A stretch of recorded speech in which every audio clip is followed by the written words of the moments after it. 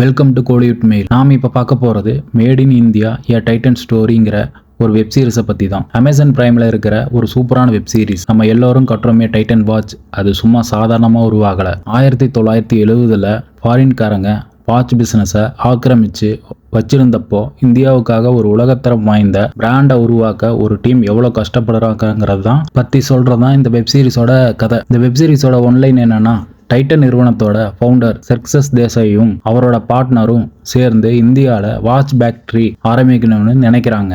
ஆனால் அப்போ இருந்த கவர்மெண்ட் ரூல்ஸ், காசு பற்றாக்குறை, வாட்ச் டிசைன் பண்ணுறதுல வந்த சொதப்பல்னு ஏகப்பட்ட தலைவலி. இதையெல்லாம் தாண்டி அவங்க எப்படி ஜெயிச்சான்னு சொல்கிறது தான் இந்த வெப் சீரிஸோட கதை. வெப் சீரிஸோட பாசிட்டிவ் செம இன்ஸ்பிரேஷன். ஒரு பிஸ்னஸை ஆரம்பிக்க எவ்வளோ உழைப்பு வேணுங்கிறத ரொம்ப எமோஷனலாக போர் அடிக்காமல் சொல்லியிருக்காங்க. 1970s வைப்பில் அந்த காலத்து பம்பாயை அப்படியே கண் முன்னாடி கொண்டு வந்திருக்காங்க. செட்டு டிசைன்ஸ் எல்லாம் வேற லெவலில் இருக்குது. பேக்ட்ராப்லாம் சூப்பராக இருக்குது. வெப் சீரிஸோட நெகட்டிவ், டாக்குமெண்ட்ரி ஸ்டைலில் இருக்கும். கமர்ஷியல் படம் மாதிரி ஃபைட்டு மாசின்லாம் இருக்காது. கதை கொஞ்சம் டாக்குமெண்ட்ரி டோனில் மெதுவாக தான் நகரும். மொத்தம் 6 எபிசோடு தான். இன்னும் கொஞ்சம் டீட்டெயில்டாக காட்டியிருக்கலான்னு தோணும். ஃபைனலாக உங்களுக்கு பிஸ்னஸ், ஸ்டார்ட் அப் இல்லை நிஜக்கதைகள் பிடிக்கும்னா கண்டிப்பாக மிஸ் பண்ணாமல் பாருங்கள். இந்த வெப் சீரிஸுக்கு நம்ம கொடுக்கக்கூடிய ரேட்டிங் 4 out of 5.